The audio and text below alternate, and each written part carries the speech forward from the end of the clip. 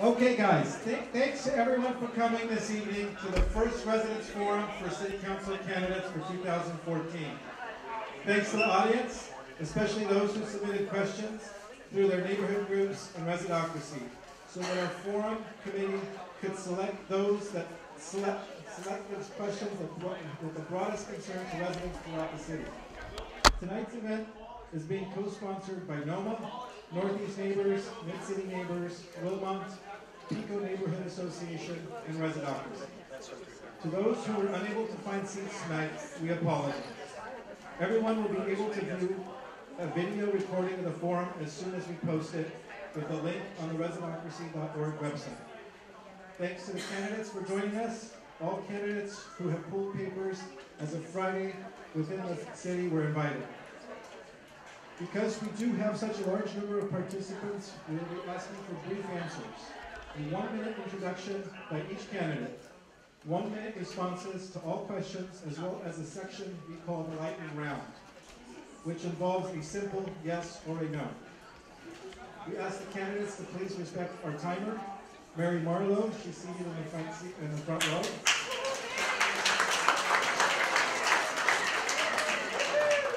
When their time is up to finish his or her sentence, and then relinquish the floor to the next candidate. Please leave your completed forum feedback forms that you picked up on your way in at the outside table when the forum is over. Thank you.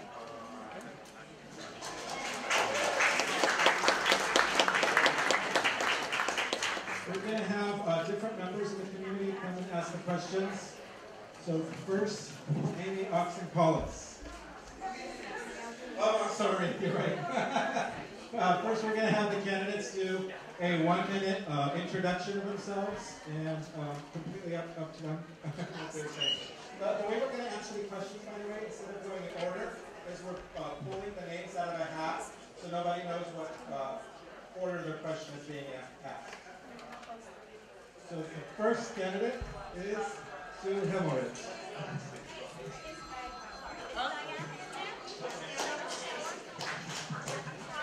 Hi, my name is Sue Himmelrich. I'm a 22-year resident of Santa Monica, and I'm an attorney at Western Center on Law and Poverty.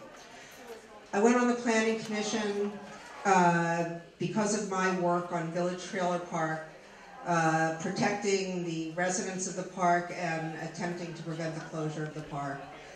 I voted against the Bergamot Area Plan and the Hines Project because I thought that both of them gave us too little and gave the developer too much.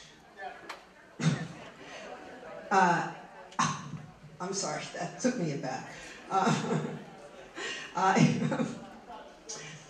I believe that we need a city council that says no to developers, yes to schools, and let me just say, since I have 15 seconds, that I will have an open door. My phone line will be open to you. It is on a planning commission, and I pledge that if I am elected to the city council, I'll listen to you with open ears and give you a fair hearing, and thank you for your support.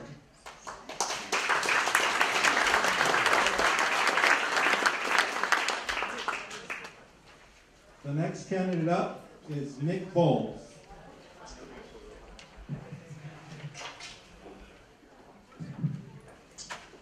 Hi guys, my name is Nick Bowles. I originally moved out here about 5 years ago, taking up an opportunity as a business manager in Main Street. And living here over the last 5 years, I've started to realize that all my friends were quickly leaving, just because the extreme pressure on rental prices right now for the young workforce entering the community. One of the main reasons that I want to get involved is because I want to make sure that I have a future here in Santa Monica, that young people have a future here in Santa Monica, and that Santa Monica is a place where I can raise a family, where you can raise a family, where your kids can raise a family, as well as the graduating seniors from Santa Monica High School, from Santa Monica College, that they have a place here. So, other than that, I also talked about transportation, improving transportation through innovative partnering with the Silicon Beach community. Thank you very much.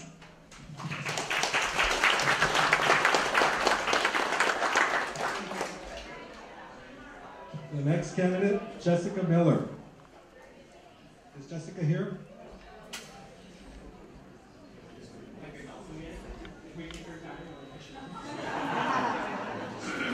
Jerry Rubin, next candidate up.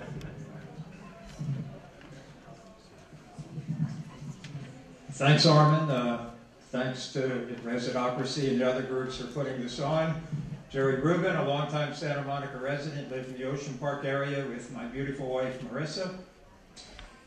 I love Santa Monica. I think it's a great city. I think we have a hardworking city council. I think we have talented and great city staff. I think we have a great, fair process that allows for a lot of community input. And I hope this election season we can do it in a really good, civil way. What about you? I hope all the newspapers have open forums like this and don't decide before the voters do who's going to be allowed on this stage or who might be more winnable than others. I think everyone should be included and the public should be included. I think that one of the most important issues is shutting down the Santa Monica Airport and defeating the Pilots Association ballot initiative. I also think affordable housing, renters' rights, and public art we should be supporting. I want to remind the audience to please let the candidates speak. The next candidate is Michael Feinstein.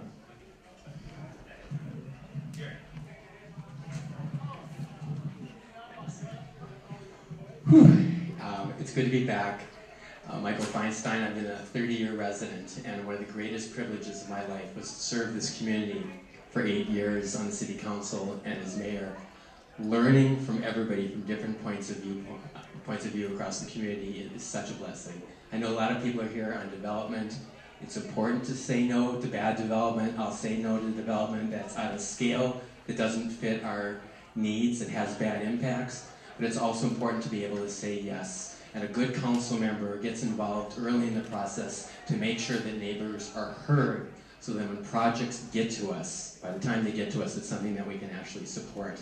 I really feel like this community, it both works because we did a referendum, the body politic, but it's also because we're afraid. And I really want to come here, get involved again after all these years, and try and heal some of the wounds. Thanks so much.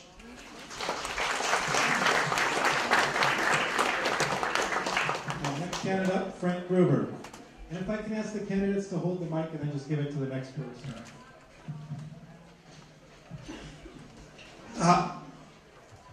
Hi, my name is Frank Gruber. So you think so? It's better? It seemed like a little, too formal for this. So thank you for having this, Armin, and everybody from the neighborhood groups. I think I can safely say that I probably don't have a lot to lose here tonight, based upon the positions I've taken in the past and what you think about them. But what I'd like to say tonight, and what I hope I get to prove to you, to convince you, is that I think that if you're interested in controlling development, and realistically controlling development for the benefit of yourselves, your own quality of life, and the quality of life of future generations, your children if you have them and their children, that you'll vote for me. That I think that I'm the best candidate up here to take a realistic view about what can happen in our city, what will happen, and how we can shape that to be better for all of us. Thank you very much.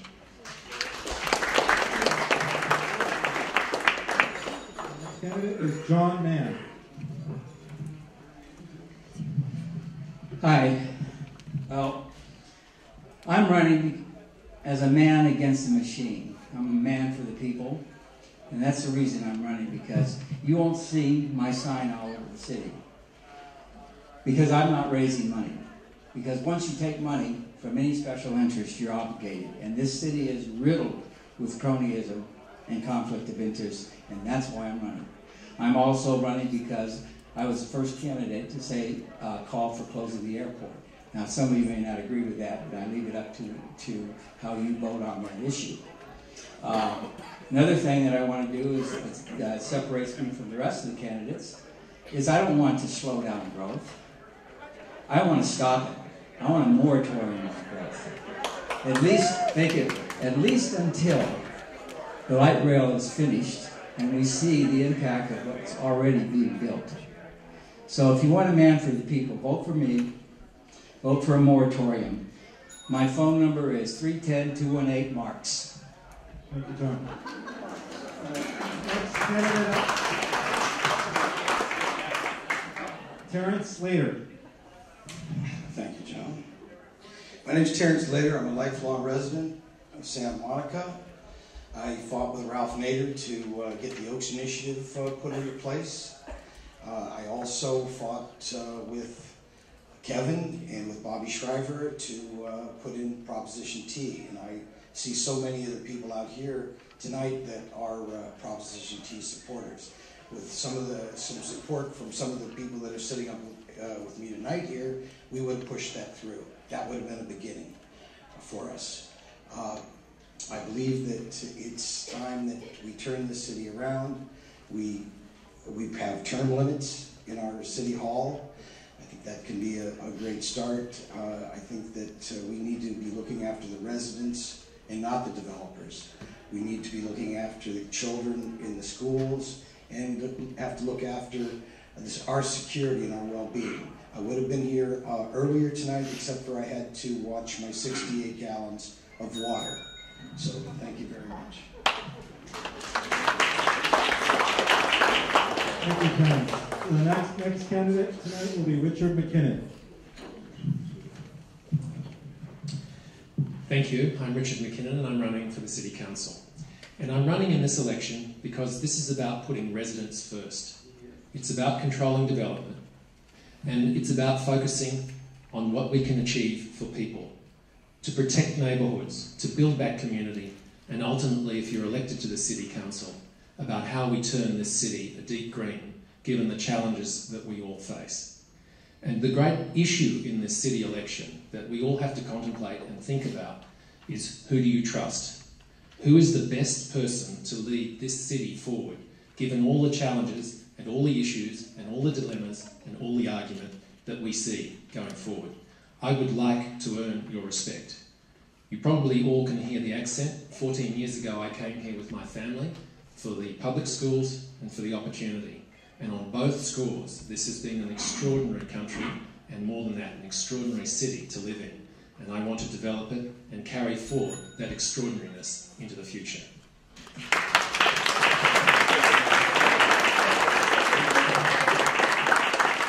Thank you. Next candidate is Phil Brock. Thank you, sir. Hi, I'm Phil Brock.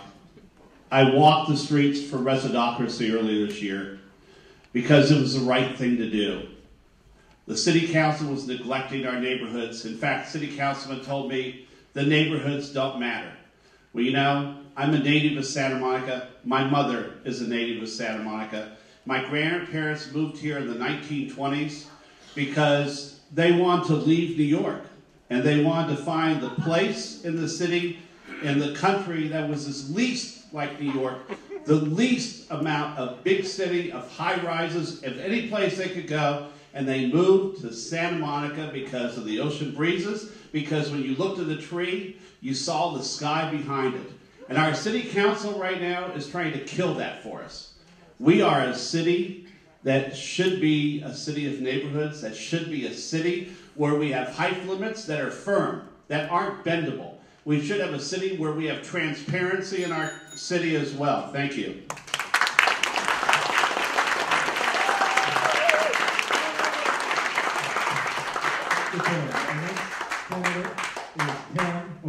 And the opposite side.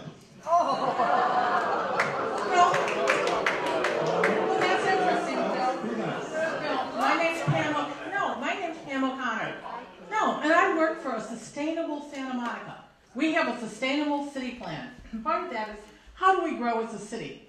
Our land use and circulation element that was adopted says, yes, we're going to develop, but we need to manage that growth. It's a slow growth document. It says protect the neighborhoods, protect the neighborhoods. Now, that doesn't mean stop all development, because if you try to stop all development, you put the pressure on the neighborhoods. So the land use and circulation element says, let's focus new development at strategic locations near land, near transportation, near the train stations.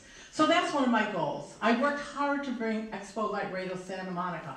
And when we get that rail here, and if we can focus and channel new development only in the downtown, only in those strategic areas, we can become like Arlington, Virginia, which has had success in keeping their traffic numbers down because they limited the new development to those strategic locations. Sustainable community for our future. Pam O'Connor. Thank you. Thank you, Pam. The next candidate is Kevin McEwen. You'll find tonight there are three kinds of candidates: those who have no record, those who are running from their record, and those who are running on their record. My name is Kevin McEwen. I'm running on my record. I was the only council member who supported Prop T from the beginning. I was the only council member who voted against all the last-minute height increases in the Luce. I'm the only council member who voted against the Miramar Hotel. I'm the only council member who wants a resident vote on all the Ocean Avenue hotel and condo towers. I opposed evicting 47 rent-controlled households at 301 Ocean. I voted against the eviction of vulnerable seniors at Village Trailer Park. And of course I voted against the Hines Project, which you successfully stopped by referendum because the city council majority just wasn't there for you. I'll be there for you. I'm committed to residents, I'm accessible, and I'm effective. Give me a couple more allies on the city council, I'll be even more effective. I'm Kevin McEwen, I'm running on my record.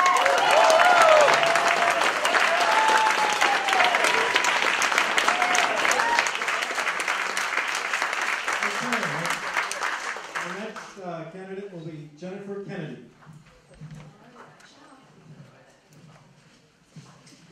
Hi, my name is Jennifer Kennedy, and I've volunteered as a tenants' rights advocate and community activist for 15 years. I've lived in Santa Monica for 15 years, and I've worked tirelessly in our community, volunteering with Santa Monicans for Renters' Rights on their housing committee.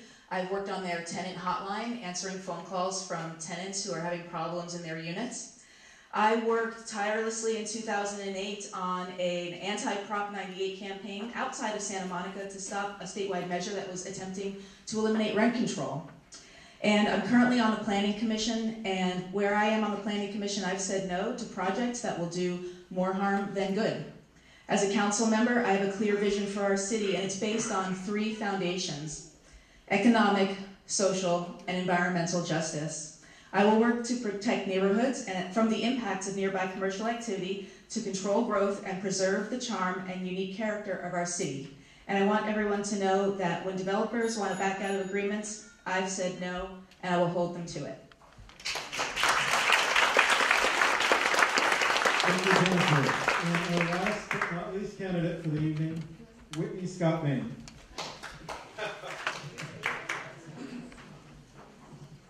First, let me thank you for being here tonight, taking your valuable time to listen to us. I grew up here. I was 11 years old, and now I'm 55, and I've seen things change for the best or for the worst. I've gone to all the schools. I'm very well educated. I was a cadet captain in the Civil Air Patrol, so I have military experience. I understand pilots. I understand the Santa Monica. Oh, thank you. I'll do that. That's very sweet of you. I'll hold this closer. How's that? Better? All right. Anyway, I believe we can work with the pilots. We can work with that airport. You know, the pilots can throttle back on their engines and not make as much noise to affect, you know, the citizens of Santa Monica. Do we not all want the best for all of us? Anyway, I understand aircraft and power plants, so I can work with these guys. That's not a problem. I want to protect the elderly as well. That's a major issue. We need a crosswalk across from the Ken Edwards Center.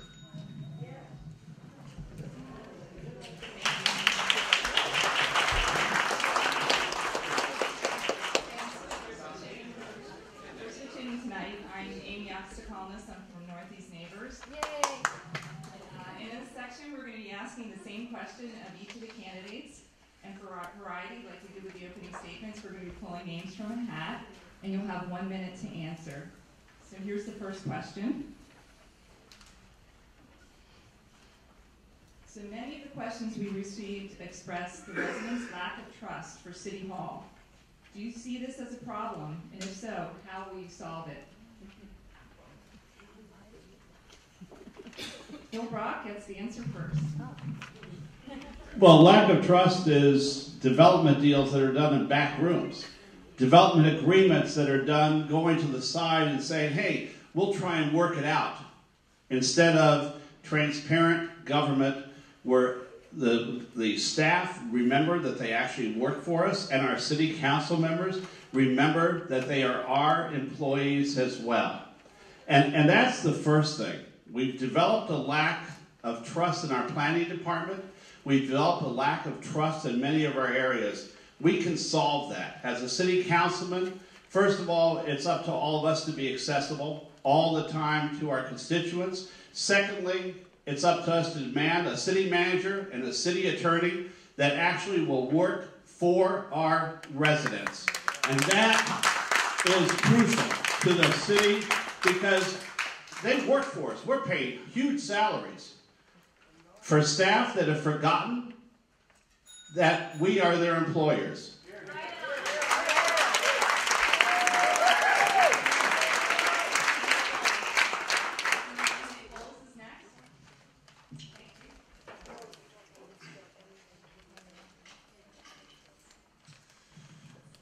Okay. Well, it's obviously not a good thing that the people don't trust the government. But at the end of the day, the people that are responsible for our elected officials and for government and for holding government accountable are the people. It is our duty to elect who we believe in. And right now you guys have the opportunity to elect those who you believe in. One way to create trust is to create more transparency, simplify government. One example is, I don't know how many people here can open up a budget and read it from front to back, right? One way to do that would be to simplify the budget. Get it online, get apps, figure out how to break the budget down so anyone can understand it, right? Another thing is figuring out ways to rate city services using a Yelp-like application or something like that. You walk into a city service, you find out how you were treated, and you rate it. Instant feedback from the people to the government. Thank you very much.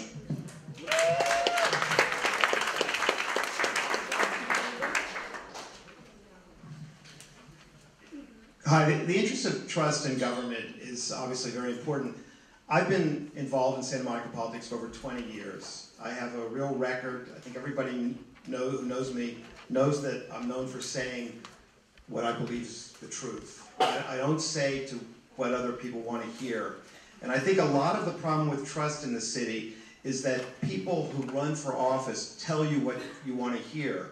And then when you can't get it, you feel distrustful. People say to you they can stop development. Well, you can't stop development.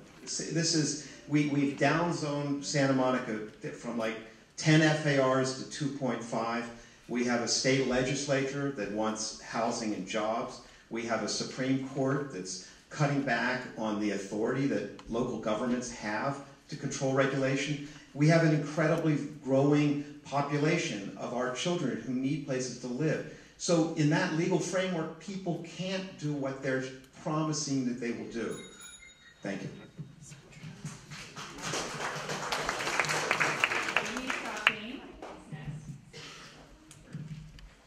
First thing I don't like bullies. I don't think anybody does here. And I will fight for you. I will fight for you. I will be in that office. I work for you. You're the employers. I am the employee. I do what I'm told. It's as simple as that.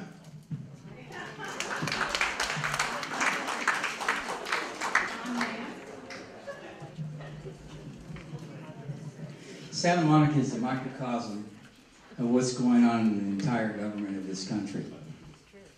Think about that. It's conflict of interests, cronyism. You scratch my back, I'll scratch yours. Kevin was talking about people who are running on a record. I'm an outsider. I don't want to be an insider. I haven't been on any commissions or committees, so I don't owe anybody anything. I'm running because I have a vision for a new kind of participatory democracy. A virtual town hall. You talk about transparency and accountability, but nobody knows how to implement it. They talk about it, and then once they're elected, they don't do it. I will listen to the people. Now, we talk about interactive, Yelp, things like that. Those are good ideas, Nick. He's an outsider too. I've never met him before, but I like what I heard him say about using the internet to interface directly with government for participatory democracy.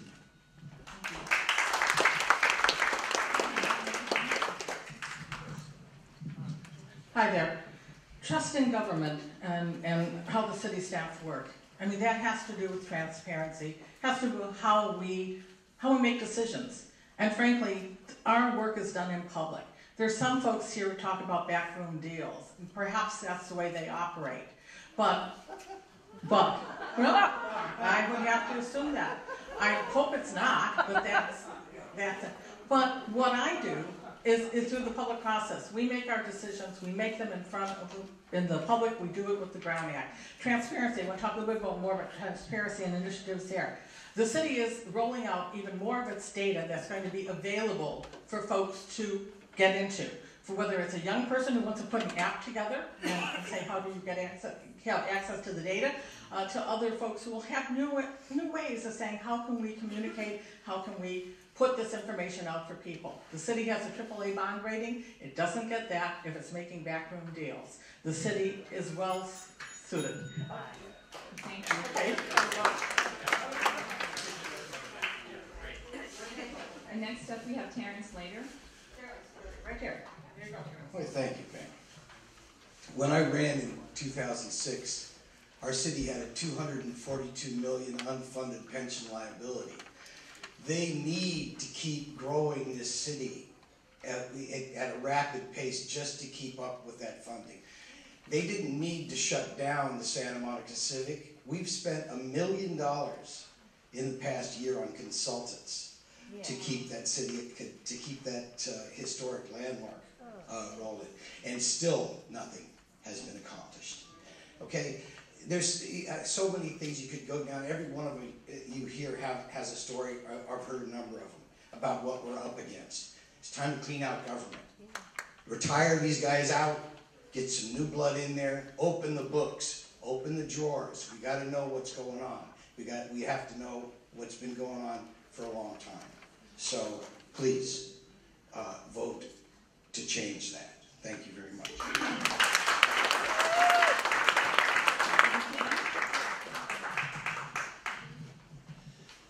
Trust in government comes back to one central feature. You elect the city council people. It's the people that sit on the dais at the city council that engender trust. And the buck stops with them. Either they do the right thing or they do not. They set the policy, they employ the three people that employ the staff. If they're taking the wrong decisions, that's where the trust evaporates, and it evaporates quickly. I'm going to run on my record from the Planning Commission. I did vote against the Hines development. I stood against the Miramar Height. I voted against the overdevelopment over in Centinela and Pico. I've been accessible to every one of the resident groups. I answer all the emails. I return the telephone calls. I try and build and engender a personal relationship with the people of the city who come to us and look to us for assistance. It all comes back to your vote and who you put on that dais in November this year. That's where the trust springs from.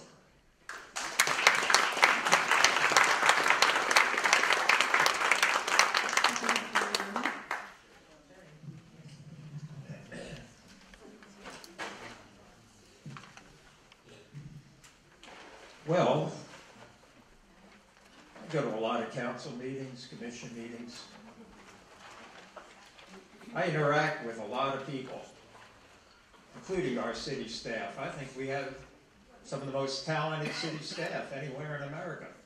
And I urge you to go out there and make an appointment, hang out and see what they do all day in their specialized jobs.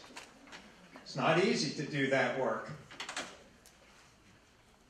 I would hope, rather than taking the easy way out, now there's using some mistrust, let's just constructively criticize and know that everyone is in here working as hard as they can and as honestly as they can to keep Santa Monica the great city that it is. Thank you very much.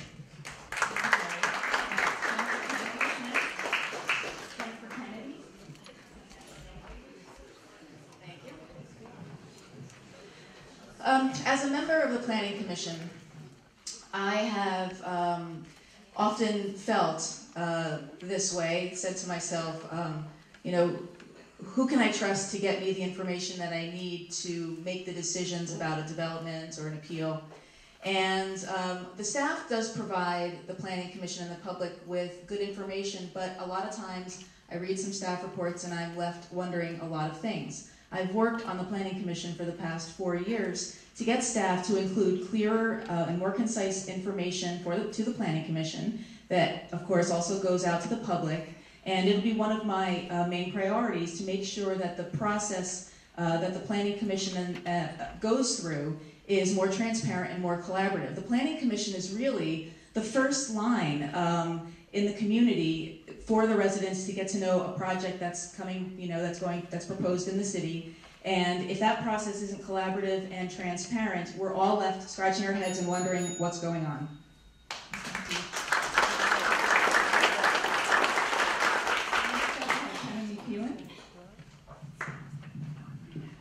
I talk to a lot of people in the community, a lot of neighborhood groups, a lot of neighbors, and what I hear, what people feel about mistrust is they feel well-heeled special interests are making the decisions for our city instead of the residents. That's the mistrust. I've tried several times to get more disclosure of campaign donations at the time when the city council was making land use decisions, sometimes for people who've been very generous to the council members who are on the dais. That is wrong to my mind. It may be legal, but I don't think it's ethical, and I'd like to see that.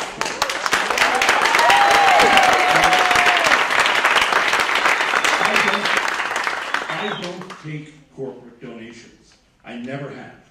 So neighbors know they can come to me, get into City Hall, and be heard. We're a representative democracy. Let's use the democracy to get better representatives. Thank you.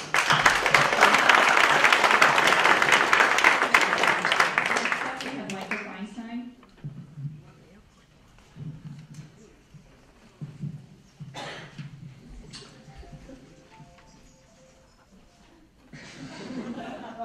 Was I supposed to dance to that? So my philosophy of governing is based on a deeply held ecological and spiritual worldview that we are all deeply interconnected, and there's a wisdom inherent in our diversity.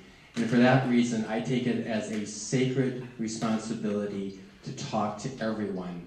I don't think anybody, any public official, has any right to serve unless they're willing to hear and talk from everyone. Then you try and integrate for the best of our community. And I think what's happening here, even though we have a very, very, very vibrant body politic, there is communication that's not going in a lot of different directions. I'm very fortunate that I'm going to have the time to put in my 8 years in office before as a council member and mayor. I did talk to everybody, and I would do the same if you choose to put me back in office again. Thank you very much.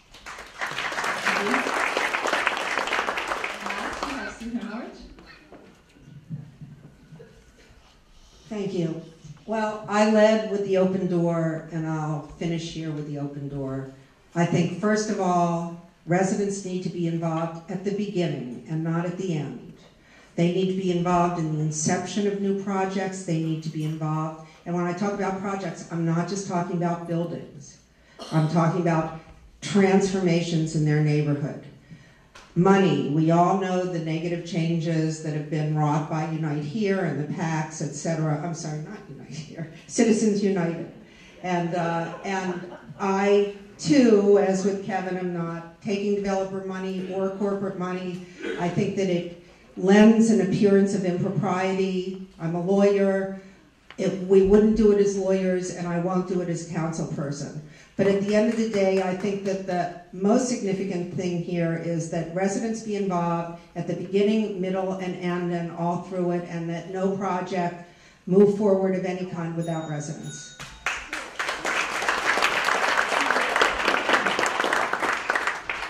Hello, I'm Danilo Bach, and I'm chair of NOMA. My question for all the candidates is this. Based on the questions we received from residents, overdevelopment and traffic congestion are their primary concerns. With all of the new developments that have already been built and the 30-plus development projects that are now in the pipeline, In what ways is this making Santa Monica a better place to live?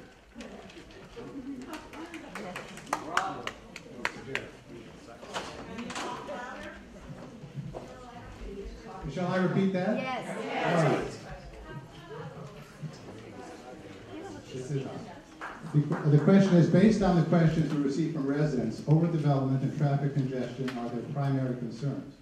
With all of the new developments that have already been built and the 30-plus development projects that are now in the pipeline, in what ways is this making Santa Monica a better place to live? Well, the many people I talk to visiting from all over the country and all over the world say they love Santa Monica. And I don't blame them. And I think we all do too. There was an article in the Daily Press by one of the Smart Group that said they love Santa Monica. Well, let's think. Who was it that helped make it so lovable? Our city staff, our council members, different people over the years.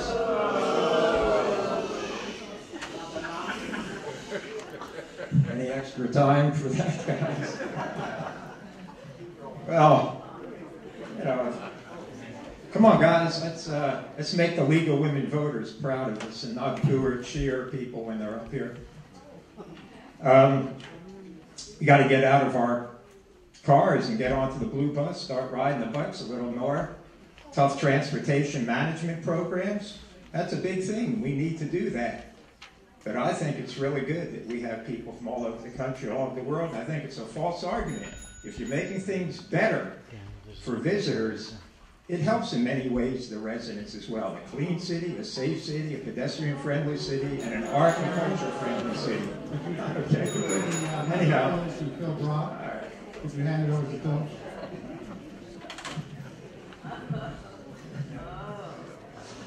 Well, you know, I don't want to rebuke another candidate.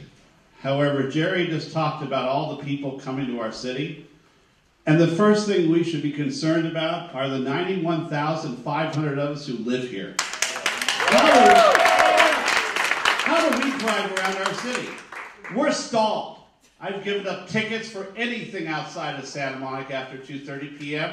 Our big blue bus says, our mayor last week said to me, we're not going to be able to get you from your house to the light rail. That's just the way it is. Well, you know what? And Jerry just mentioned our big blue bus. Come on. We have bus stools instead of bus benches. We're trying to discourage people from driving, from walking, from using our city. First and foremost, we have to consider our residents. I've been a Recreation and Parks Commissioner for 11 and a half years. I consider green space a jewel of our community.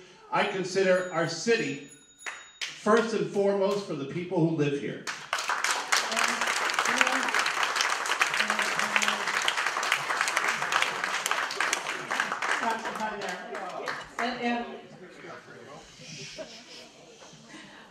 Hi there. So just to clarify, the statement about the buses was that the bus can't go to every block. So there are bus lines and bus routes.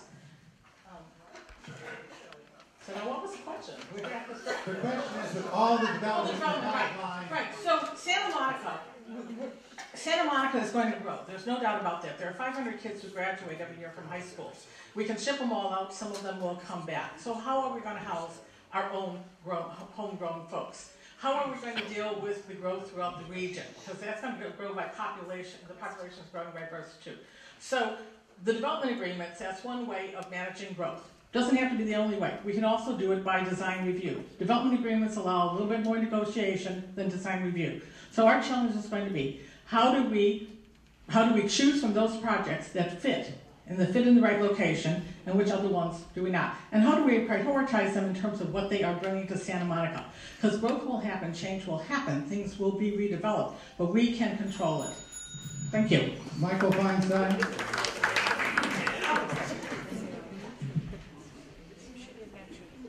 So obviously, overdevelopment, just, you know that bad word, it's bad for us, and it's really hard to get around. So I'm a beach lover. I live right at the coast, and I want to keep as much as our beachside community feel that we have left, so I don't support big luxury condo towers along Ocean Avenue. But to get out of this, it isn't just saying no to bad projects. We have to reduce the need to drive. That means making it easier for people to live closer to where they work and to public transportation. More community-serving retail so we can walk instead of having to drive. Paying living wages, local hiring. It's a reduction strategy of the need to drive. That's the only way we're going to get out of this at this point because we've already got so much overdevelopment. Thanks.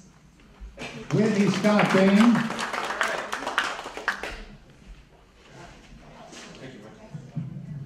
Okay, we all know that overdevelopment loses the city's soul without question.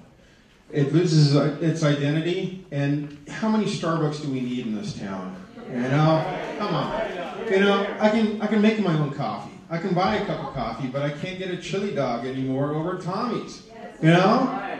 Anyway, the bus stops, yeah, they're a joke. It's a toilet and a bidet. You know?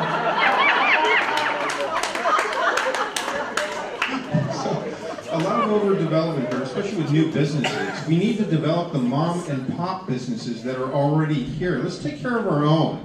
Let's worry about our own business, you know? The little mom and pop shops. You don't see them anymore. They're all gone, you know? And we have big corporations taking over, you know? And also there's an element of discrimination, too, because they'll go over and they'll hire somebody who's 20 years old with less experience. That's somebody who's 40 that needs to feed their family. They need to go over and put a roof over their head. You know, they won't do that. They might have twice the amount of the experience, but, you know, they're going to hire some kid that needs a video game instead. Jennifer Kennedy. Hi. Well, so, first of all, I think that Santa Monica is a very energetic and vibrant place, and it's a very diverse place. And whether, you know, residents have very diverse needs, and our taxes pay for services and programs that help seniors, the disabled, and children, and residents do all kinds of things in this city. There's been affordable housing built in this city that after it's been built, we've looked at it and said, you know, we actually aren't sure this is really truly affordable. The rents are high. We're saying, what's going on? We need to do better in that regard. But building affordable housing in this city is really important because then we can have low-income workers that work and on our promenade and in other areas, they can be housed here. And so I think that we just have to be mindful of the beauty of Santa Monica, and that a lot of that beauty comes from the diversity that is Santa Monica. Richard McKinnon. So it may be that because I came from outside, I found that Santa Monica is just fine as it is, and I'm very sceptical about the need to build anything going forward. And on the Planning Commission, my approach has always been, let's assess on a project by project, neighbourhood by neighbourhood basis, what is being requested and what we get back from it.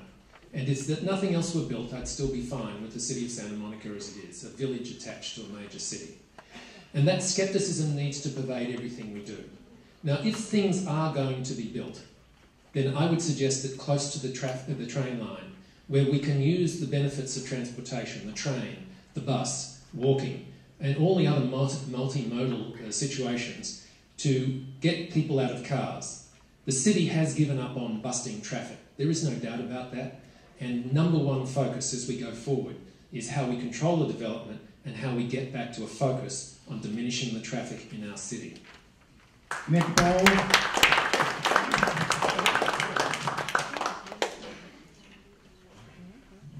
Thank you.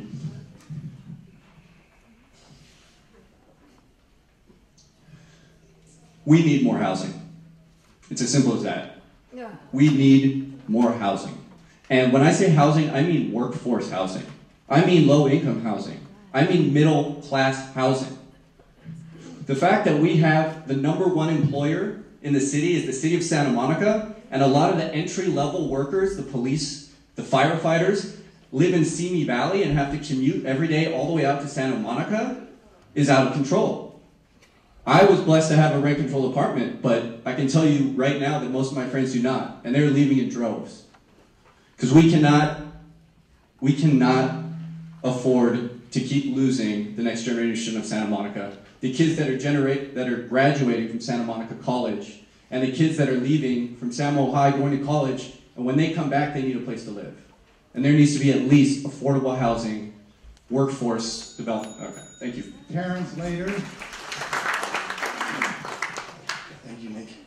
Thank you, folks, for showing up tonight.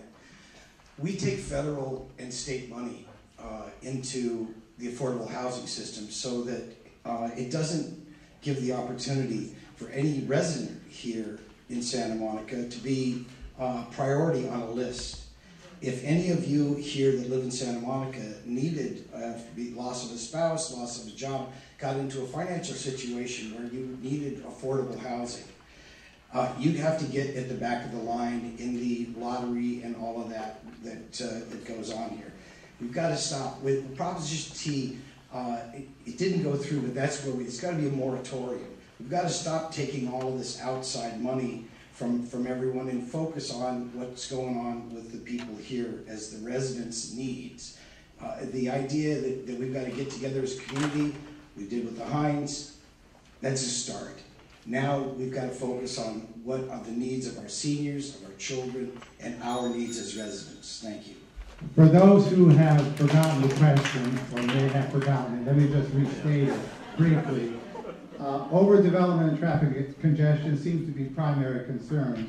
With all of the new developments that have already been built and the 30 plus that are now in the pipeline, in what ways is this making Santa Monica a better place to live? And the question goes to Kevin McEwen. Overdevelopment is not inevitable. Overdevelopment happens when the people you elect make bad decisions in your name. Since the land use and circulation element was passed in 2010, we've had a lot of development agreements. I have voted no on more DAs than any other council member. And I've done that for a reason. The Village Trailer Park was a shameful abandonment of the values of the city. Time did not prefer to be I voted no on a building downtown that created substandard housing. I don't get why we're voting yes on these things. And that's the change we have to make. We need to learn how to say no so we can negotiate for projects that might be good for the community. Now, upcoming is a new zoning code, and that's going to be crucial. I think I'm the only council member who's gone through all 540 pages, given my notes to the Planning Commission and to staff, and circulated them among neighborhood groups. We need a zoning code that keeps this community worth living in. Thank you.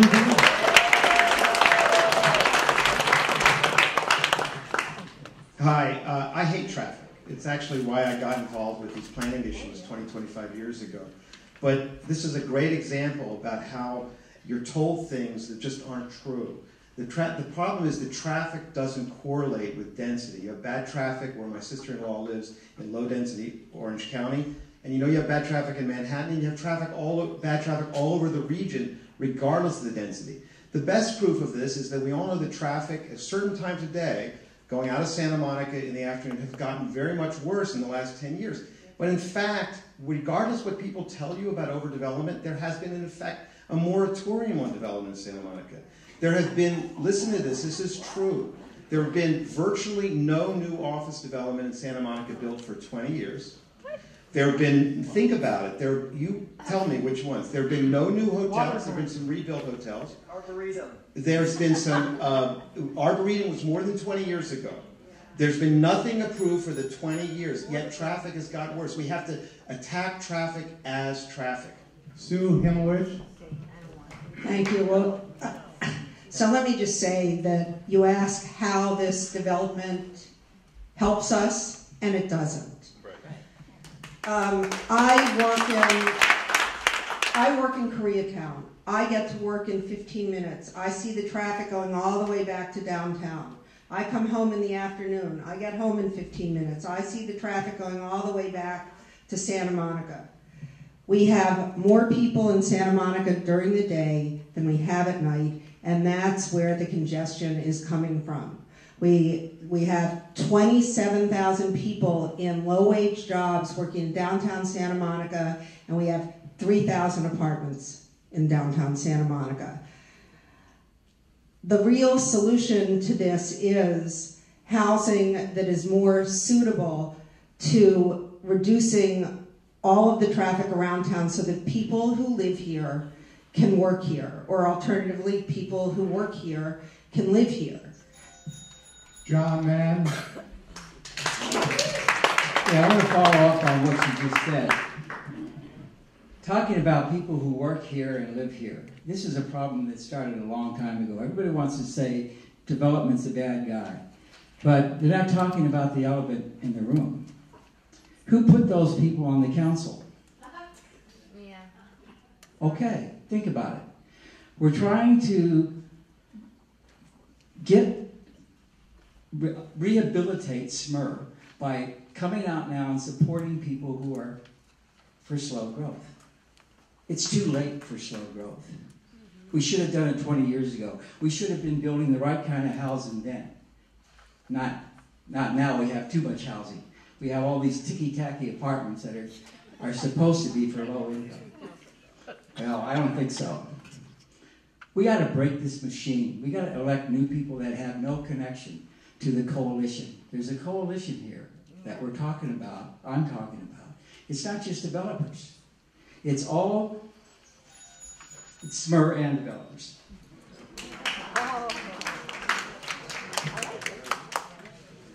Okay, so for the next round of questions, these will be individualized questions for each candidate. The questions will come, again, out of order from a different hat with the individual's name and the question. We'll have different community members asking these questions. First up is Kate Bransfield. Hi, I'm Kate Bransfield of the Residocracy Advisory Board. In this section, we will ask... Louder! Can't hear you. Hi, this is Kate Bransfield of the Residocracy Advisory Board. In this section, we will ask questions tailored to individual candidates. And the first is for Richard McKinnon. It says, you have advocated for increased density in downtown and along the Expo line, yet you portray yourself as a slow growth candidate. How do you explain this contradiction?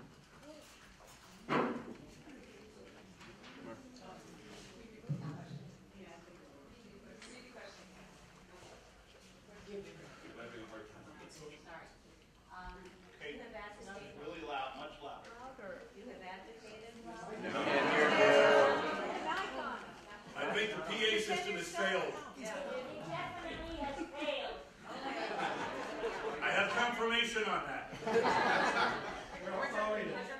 You have advocated for increased density in downtown and along the Expo Light Rail line, yet you portray yourself as a slow growth candidate. How do you explain this contradiction? It still fails. It's not loud enough. No, you don't have a mic.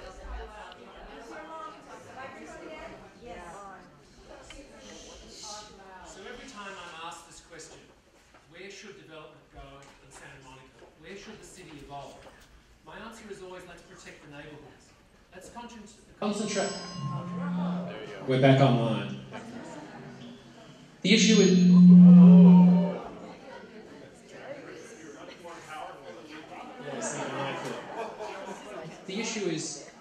The issue is how to protect the neighbourhoods, how to look after our residents, how to keep away from people who are living quiet lives, this development that we see coming in. And every time I speak about it, I say that the train line is the key transforming element in Santa Monica going forward.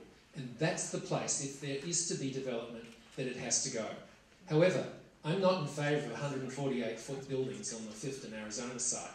I'm not suggesting that we have out-of-control FAR, which allows density and height to swamp our city. As I said to you a minute ago, I tend to analyse everything on a case-by-case and then district-by-district basis. So out-of-control development, that's not where I see it. I voted against the Hines development. I voted against Pico and Centinela that would have brought hundreds of apartments into our city. But I continue to suggest to you that the infrastructure of the downtown is the appropriate place if we are being asked to put any more buildings in our city.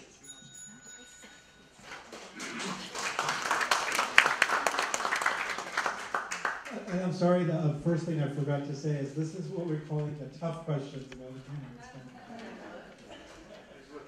Can everyone else's microphone be turned off too?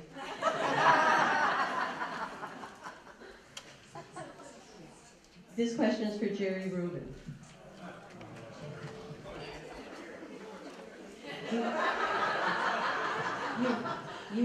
You're known as a tree hugger.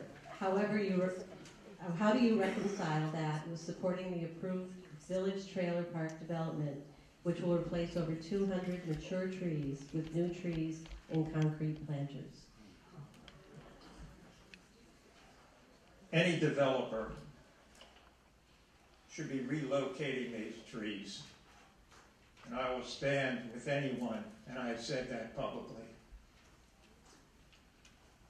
I believe we need to do everything we can to improve our urban forests.